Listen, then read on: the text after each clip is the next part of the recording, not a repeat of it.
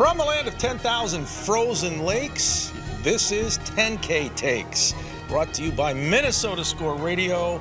Wally and Eric back for yet another week as we slice and dice the always busy, always topical, super saturated Minnesota sports scene. And Wally, it's another episode of 10K Takes Television. And on Saturday at the House of Noise, Mission Impossible became Mission Possible as the Minnesota Vikings wiped out a 32-point deficit. Greatest comeback NFL history against the Indianapolis Colts. Yeah, it was amazing. By the way, Merry Christmas to you and your family. And to you. Yeah. See, I wear my Santa tie. See that. You like that? Wow, you're festive. Yeah, well, I figured, it only happens once a year. Might as well dress up for the occasion. Well, the occasion, as you mentioned, on Saturday at U.S. Bank Stadium was, and you and I were commenting at halftime, how many empty purple seats are there or will there be as this thing drags on? And 33-0 at the half, and then it was 36-7, and it still didn't look very good, but Vikings kept scoring. The Colts kept not moving the football, and lo and behold, they come back and win this thing in record fashion. Like you say, they overcome a 33-0 deficit, the largest comeback in the history of the NFL. Dates all the way back to Houston and the Bills back in, 1993, I believe it was. Houston Oilers. Houston Oilers, yes. Not the Texans, but the Houston Oilers. Yeah. And nothing short of miraculous, I guess. All I can say is they were so bad in the first half. And Kevin O'Connell said it. He said, I don't think we could have possibly played a worse half of football. He said that might have been the worst half of football the NFL has ever seen. And it had to be right up there. Have many teams trailed by that much at halftime? Exactly. And you look at the way the Colts built that lead. So you have a punt block that pops up into the air, and it becomes an easy touchdown. You have a pick six thrown by Kirk Cousins. Dalvin Cook coughs up the football. Indy had a few offensive drives that netted them some points. So, field goals. Yeah, field goals and one touchdown in that first half, I believe. And, it was the perfect storm for the Minnesota Vikings of everything going wrong. So whenever you have these kind of games, you know, it's always a combination. Is this a Colts collapse or a Minnesota miracle? It's combo. Yeah, I mean, Indy played very bad in the second half. It was a tale of two halves and then an overtime, and the Vikings found a way to win it on Greg Joseph's walk-off kick in the final second of the fifth period.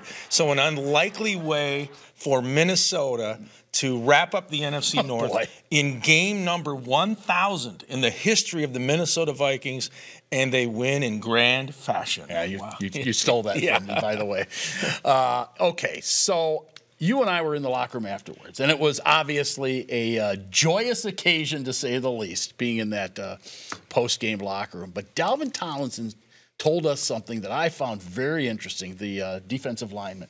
He said to us, I said, so how in the world did you guys do this? He said, we said to each other, if they can score 33.5, we can score 36. And that really I really hung on to that because I thought, you know what, that's the correct attitude. Obviously, it's against a Colts team that's not very good. And the Vikings had to know that, too. Now, obviously, again, you're playing against the Colts. They're 4-8 coming into this thing. You know that offensively they're challenged, but somehow they've, run up 33 points on you. But the correct attitude changed that game. No doubt, and I think Indy took their foot off the gas pedal. I've seen it happen before. Yeah. We saw it in Super Bowl 51 when Atlanta built up a huge lead over New England, and I think they relaxed. They started thinking about that confetti shower and holding up the Lombardi, and the Patriots came back and won it in dramatic overtime fashion. Right. Same thing that we saw at U.S. Bank Stadium, and the common link there is Matty Ice, quarterback for the Falcons then, and the Colts a few days ago here in Minneapolis. But every journey begins with a small step, and that small step was getting that touchdown throw from Kirk Cousins to KJ Osborne, who was the receiver of the day. It really was. Against Indy. Now, J-Jets did his normal stuff, but KJ Osborne, that touchdown, and I'll give the crowd credit. They did boo the Vikings, a cascade of boos at the half, and the Vikings earned those boos, in my opinion.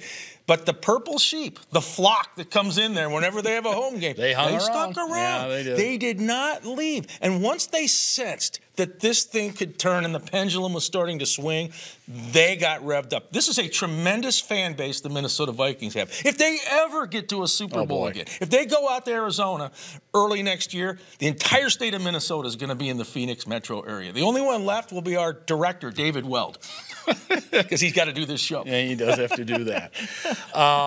One thing that I thought was interesting, Kevin O'Connell, unlike last week, decided this past Saturday not to go for 2 early on. He went for 2 in the, third quarter last week. It was 21-13. Yeah. Detroit. And he could have made it 21-14. But here you're down by a bunch, and you do need lots of points. But he decided to do what most coaches would do in this situation. Don't go for 2 until you have to. And when you go for 2 when you have to, in other words, you've built momentum to get yourself all the way back in this game. They did, and they converted on it on the past T.J. Hawkins. And it was obvious to me you were only going for 2 once you got into position to tie the game. Right. Because that's where the paralysis by analysis comes in for some of these coaches today, and too much reliance on a computer. Exactly. They got themselves in a position, like you said, they were marching through the Colts with little resistance. I mean, they were blowing through Indy like a tornado. And so they get that tying touchdown, that bubble screen to Dalvin. I mean, incredible what Dalvin did, and that's why the people who are anti-Dalvin, you need to realize he can give you chunk plays like that. There are very few Minnesota Viking players who can give you that kind of play. I mean, that was a home run, and so then you throw that 2-point pass play over the middle, the deuce to T.J. Hawkinson, you're tied. I mean, the Vikings actually had a chance to maybe win it in regulation. They did not. But all the momentum was on the Minnesota side. And I'm glad that they didn't go for it on 4th and 1 on about the 40-yard line. I was thinking, if you go for it here and you don't get it, you're going to turn half the field over to Indy, and all they need is about 20 yards. And their kicker was awfully good. He was 5 for 5, baby. Chase McLaughlin. He was really their offense. In fact, former Viking, right? He had a cup of coffee with the Vikings. So, I think he was in camp with them. Yep, and what happened, too, is early in the first half, when Indy had chances to get touchdowns, that's where the Vikings defense stiffened up and forced McLaughlin to kick those field goals. If even one of those drives ends up in a 7, Indy probably wins the game. So early on, those little things that don't show up in a box score ultimately helped the Vikings overcome this mountainous deficit they faced. And one other thing that you mentioned that I think is key. Where are all those Dalvin Cook, we don't need him anymore, people? I couldn't believe, I've been reading on social media, he hasn't been very good. He's not worth the money that we're giving him. He takes too big of a hit on the salary cap. Look, folks, there aren't many running backs in the National Football League better than Dalvin Cook. And the fact that they threw the ball to him, I think Kevin O'Connell finally realized that the stuff that he was throwing out as rumors before the season, how they were going to use him in different ways, is something that they should have been doing all along, because they did a lot of it on Saturday. Obviously, the screen pass for the game-tying touchdown was huge, and Dalvin Cook is one of the few running backs in the National Football League that made that play happen, because he not only sped towards the end zone, but he dragged guys with him at the end. He's still an elite back. He can still come up with those chunk runs. He's had some earlier. Remember the 81-yard burst to the house against Miami? There have been some other big plays. But I was also putting the blame on the offensive line. Offense. You've got to get him more involved. And they did flex him out. It was almost like he was a slot receiver. And then you dump the ball to him in space. If one guy misses, boom, he's gone. That's what happened. And I would expect to see more of that. And it also tells defensive coordinators moving forward, okay, Dalvin Cook's a guy we have to make sure we can stop running the ball, but also catching it. Yeah. All right, we're going to talk some more Vikings and some more National Football League with a former Viking great. Yeah, we're going to have Warren Moon, the Hall of Fame quarterback, join us. So we'll get into all things purple and NFL. 10K Takes, your Minnesota Vikings ticket. I've been meaning to give you these for many years. I think they're perfect.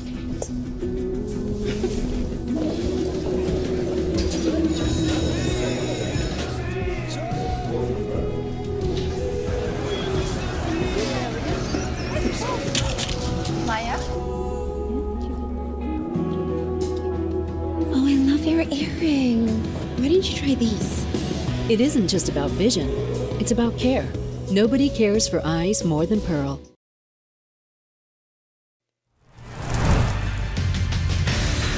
And we are still talking Vikings and NFL football here on 10,000 Takes. And who better to talk about the Minnesota Vikings than former Viking great and Hall of Famer Warren Moon. Warren, we jokingly talked about this off air, but the Vikings did you a favor on Saturday.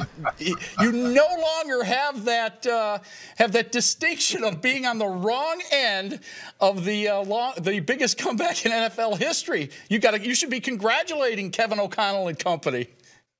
I really should, because even my ex-mother-in-law gave me a text and said the monkey's off your back now after the game was over. So everybody's on point to know that I was part of the biggest comeback in the history of the game, and now I'm not. So I feel good today. It's like I popped some champagne. I feel like the Miami Dolphins when there's no undefeated team.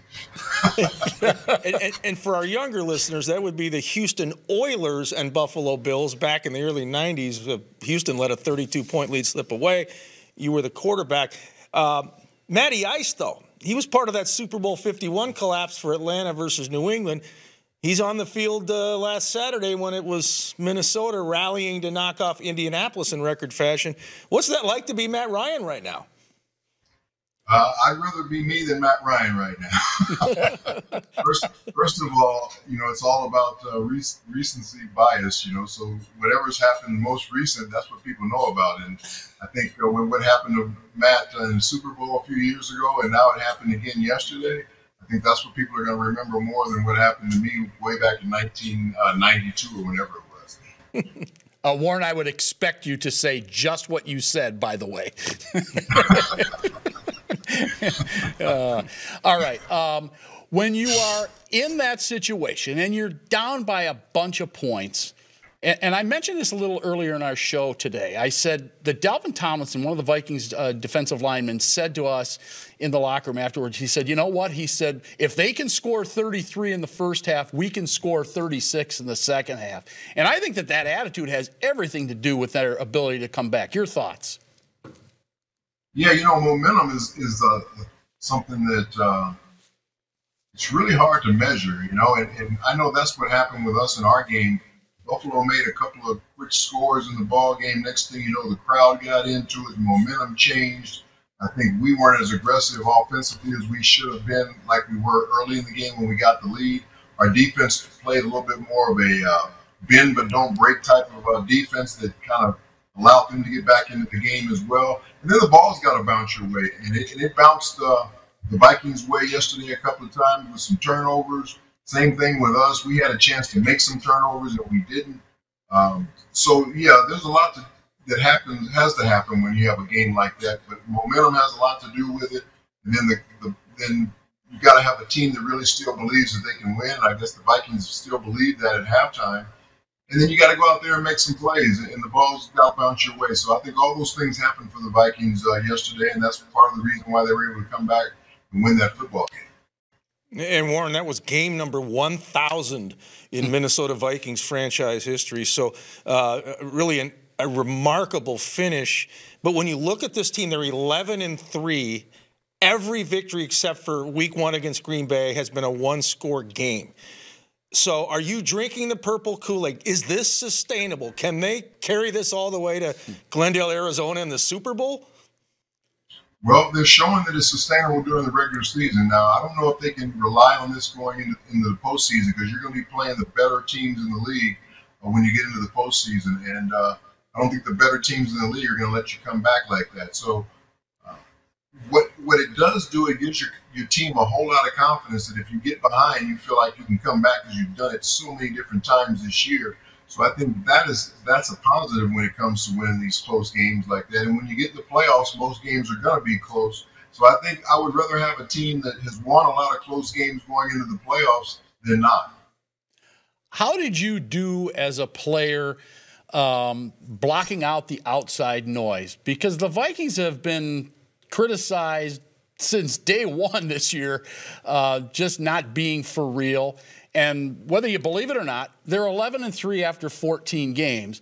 But, you know, as Eric mentioned, are they good enough to get to the Super Bowl or win a Super Bowl? But how do you do it as a player, and were you able to block out all the outside noise? Yeah, you know, it was easier back when I played because there was no social media. But now there's so many things being thrown at you all day long on social media, whether it's from different fans, whether it's from different media outlets, family members, whatever it might be. So if guys tune into that, they'll have to deal with it. But I think the smart guys will try not to look at social media, try not to look at what the media has to say, and just kind of keep everything focused in the locker room. I know it's hard to do in this day and age, especially with young players today, because that's kind of how they've been brought up by what's on that telephone. But if that's one thing that a veteran team can tell their young players to do, especially, is just stay off social media and let's keep everything within this locker room and believe in who we are and not what other people are saying outside of here. Warren, you're a student of the game, specifically the NFL. Which is the biggest disappointment in your opinion? Russell Wilson and the cratering of the Denver Broncos, Aaron Rodgers and the Green Bay Packers basically out of the playoff chase, or Matthew Stafford and the defending Super Bowl champion LA Rams a non-factor in December? Well, if you look at the Rams, a lot of theirs is because of injury. You know, Cooper Kupp hurting out for the year. Aaron Donald, I don't think he's still playing yet. We're not back playing yet. And then Matthew Stafford has been out for a long time. So when you have those type of injuries to those type of players, you have to chalk it up to that. I think a bigger disappointment is Russell Wilson, only because of what Denver had to give up to get him. They gave up a lot of draft picks. They gave up a lot of cash as far as him signing that contract before the season even started. And now they're pretty much stuck with that contract and with Russell. So hopefully they can get things turned around. I think with Aaron, you expected there to be a drop-off because Devontae Adams isn't going to be there this year, and they lost some other players in free agency. It's a disappointment. There's no question about it when you have the reigning MVP not making it to the playoffs. But I think the Russell Wilson deal, because of what they gave up to get him and then how much money they had to pay to get him, I think that's a little bit more of a disappointment. Speaking of quarterbacks, Kirk Cousins has had his critics over the years, not being able to win big games, not being able to bring his team back, from deficits. He's done a lot of that this year. What's your take on Kirk Cousins? And I don't know if you want to call it a turnaround, but certainly adding to his resume this year the ability to do both of those things, to win big games and to be able to bring his team back in the clutch. Yeah, Kirk's had a really great year in doing that, and I think because of that, his team has a ton of confidence in him. I think he's playing looser this year because of that as well. He has an offensive-minded head coach in Kevin O'Connell, who kind of has designed an offense that takes advantage of what Kirk does best. So I think there's a lot of reasons why he's having that success, and a lot of it has to do with what he's being asked to do, the things that make him feel comfortable. And his players have belief in him now because they've won so many games, especially coming from behind, that they feel like that no matter what the situation, you could be down 33 points like they were yesterday, but he's going to bring us back. So that's a great feeling for your team to have in your quarterback, and that's a great feeling for your quarterback to know that your team believes in you like that. If you were playing with Justin Jefferson, the all-galaxy wideout, as a quarterback, would you be drooling at the thought of just throwing him the ball and knowing there's a 99% chance he's going to bring it down? You know, he's a great young player. There's no question about it. I mean, I had a really good one in Chris Carter. I knew that whenever I threw him the ball, he was going to bring it down too. But Justin is really off to a great start, and only his third year or whatever. And did he break Randy Moss's single season record yet? I don't know. I knew he was getting close to that. But yeah, he's a tremendous player, a tremendous competitor. And he wants to play against the best players, and he wants to beat the best players. And so far, I think he's in the lead. Yeah. One last question for you. We talked a little bit earlier about this as well. Dalvin Cook, the devaluation of running backs in the National Football League. Now, the Vikings on Saturday proved that you can do more with him than just hand the football off. Obviously, the screen pass that he ran for the tying touchdown, a huge part of that. But what are your thoughts on Dalvin Cook and his ability to not just be handed off the football, but to catch the football and do things in space? again, that's one of the things I think Kevin O'Connell has figured out, that we need to get this guy the ball in a lot of different ways, not just running him off tackle or running him on sweeps to the outside, because he does have really good hands. And once you get him in space, he showed what he could do, like yesterday with that 64-yard screen pass. That makes a quarterback look very good when you throw a ball that's not even past the line of scrimmage and you get a 64-yard touchdown out of it. So they need to do more of that, because he's not the biggest back in the world. You don't want to keep pounding him up in there, but you do want to get him touches. So there's a lot of other ways you can get him touches, and I think the Vikings have figured that out. Well, Warren, appreciate you spending some time with us, talking some football and talking Minnesota Vikings in particular. And rest assured, the monkey is officially off your back. I feel so light today, you know. I can go out and I can jog, and I don't have to carry this big gorilla around with me anymore. But I'm really happy for the Vikings. They're having a great year. I've been rooting for them all year, and I always have rooted for them ever since I left. And I'm glad they won the division. Now the next step is getting into those playoffs and advancing. Yeah. Send those thank you cards to the Minnesota Vikings. Egan, Minnesota. All right, Egan. Yeah, I remember that, Egan. Egan, not Eden Prairie, Egan. Thanks, and I'll come up to visit when the temperature is above 0. Okay? We'll see you in April. Yeah. See you at the Twins home opener. All right, thanks, Warren. We'll be back with more here on 10,000 Takes after this time off.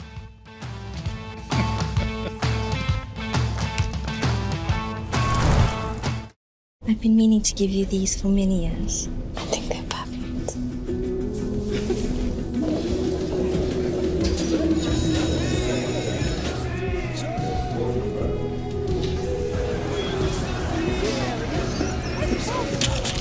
Maya?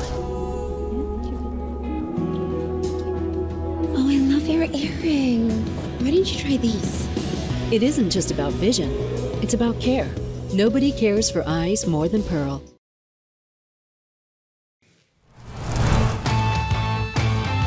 Well, the Gopher football team is still practicing, getting ready for their bowl game. They'll be in New York City to play Syracuse. Any thoughts on this bowl game, the Pinstripe Bowl? The Bad Boy Mower Pinstripe Bowl? Yes, you got that exactly right. Are they favored? I haven't even looked. I'm still getting over the Jimmy Kimmel L.A. Bowl a few days ago. Give me time on this. What about the Cheez-It Bowl? The Cheez-It Bowl, yeah, that's my favorite. I know in Orlando. I don't know. I guess it's time to get into an Empire state of mind, right? The Pinstripe Bowl, Syracuse and Minnesota at Yankee Stadium. Not where the Gophers were dreaming of being back in September when the season started, but it is a bowl game. You get more practice sessions. Yep. Coaches love that. It's a send-off for guys like Mo Ibrahim and Tanner Morgan. It's a chance, I think, for Ethan Kaliakmanis, a.k.a. the quarterback, to get some more reps. No doubt. Against a different opponent, Syracuse, a quality opponent, not some cupcake. So it builds his resume. That's what they will use to go into next season, I'm sure. I don't expect Gopher Nation to show up in New York City. They're not going to. In waves. They're not going to. Will Yankee Stadium be full? I would say no. No. All right. Speaking of Yankee Stadium, the Twins reeled in a former Yankee this past week. And Dodger, I know. Neither team really thought very much of He hit a home run him. against the Twins this past season. Yeah, well, Joey Gallo, he can hit home runs. But he will also take over Miguel Sano's reign as the leading strikeout king in Twins history. He whiffs a lot, but they're going to take a flyer on him. He can hit the long ball. He's had seasons where he's hit 40 home runs. So I guess it's not totally out of the blue, but this seems to be the Twins' MO. Well, he's a left-hand batter. Yeah. He's not super old, but, he does seem like a left-hand version of Miguel Sano in a lot of ways. So, and Miguel's still looking for a landing spot as of this taping.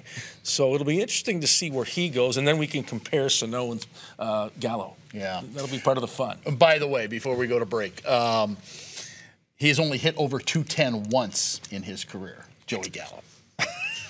Ouch. Just thought I'd mention it. All right, when we come back, takes of the day. This is 10,000 Takes, your Whiff King ticket. I've been meaning to give you these for many years. I think they're perfect.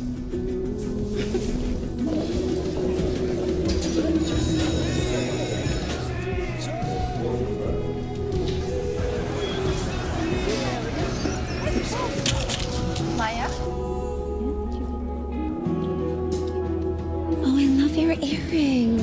Why didn't you try these? It isn't just about vision, it's about care. Nobody cares for eyes more than Pearl.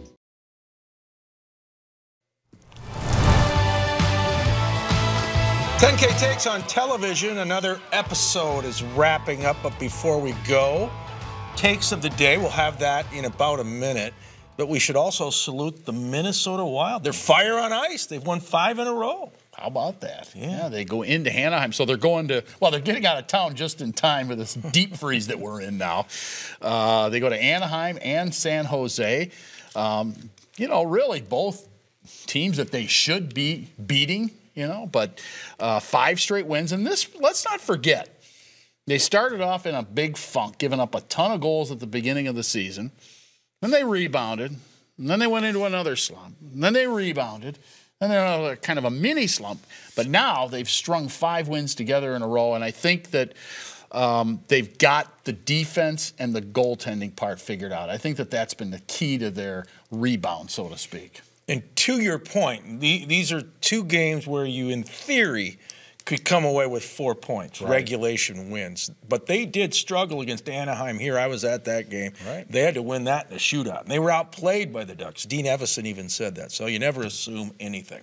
I certainly don't assume that you're in a good mood, because the mood meter is going to reflect your demeanor. Are you a cranky Yankee, a grumpy Guardian? Maybe, dare I say it, you're a happy camper over the holidays. Well, yeah, I think Smiling Santa would be more like it this time around. All right, so all cards on the table here. U.S. Bank Stadium on Saturday. My many, probably like 4 or 5 social media followers got a heavy dose of what the heck is going on with the Minnesota Vikings during the first half and at halftime. As a matter of fact, I even threatened, I said, this game is a train wreck, I'm headed home. And you and I were up in the press box, and I went and had lunch. And lunch took a little longer than usual, so I decided, well, maybe I'll hang around for the second half. Matter of fact, I even tweeted out, I said, does 10-7 get you in as a wild card team? Figuring, man, the way they're playing in the first half, they're going to lose the rest of their games this year and maybe squeeze in as a wild card. But lo and behold, the greatest comeback in NFL history happens. And between lunch and you talking me into it, I hung around and saw NFL history. What can I say? I apologize. All 4 or 5 of you that follow me on social media, whatever it is, I'm so sorry. But anyway, that's my Merry Christmas present to you, my apology. And the mood meter says you're a happy camper eating a huge slice of humble pie. How about that? So it was the food that kept him around, not necessarily the Vikings' chances of making history. I prefer a pecan pie, but yeah. All right. All right, well, my take of the day. Kudos to the World Cup. The globe was watching on Sunday as you had Argentina against France and Qatar. Yes. And what a final match. I mean, Lionel Messi, couple of goals, finally wins a cup after 5 tries. He faced off against Kylian Mbappe, the French superstar. He had the hat trick, got the Golden Boot Award. It was 3-3. Then they went to the penalty kicks, and that's where Argentina was declared the World Cup champions. So I think it's safe to say they're still partying in the streets of Buenos Aires and all the other great communities down there in Argentina in South America. Well, I'm glad the cup delivered. It was a month of soccer fun if you're into soccer. Yeah. I'm glad you had to say those names, not me. That alphabet soup, I'll let you have I practiced those a few times. I know. I saw you had it written down. All right. Well, let's FedEx out our thank yous. One to David Weld, also to Alex Yambrick, Rocky, and to Warren Moon. For Wally, I'm Eric saying so long. This is 10,000 Takes, your sports. Take it.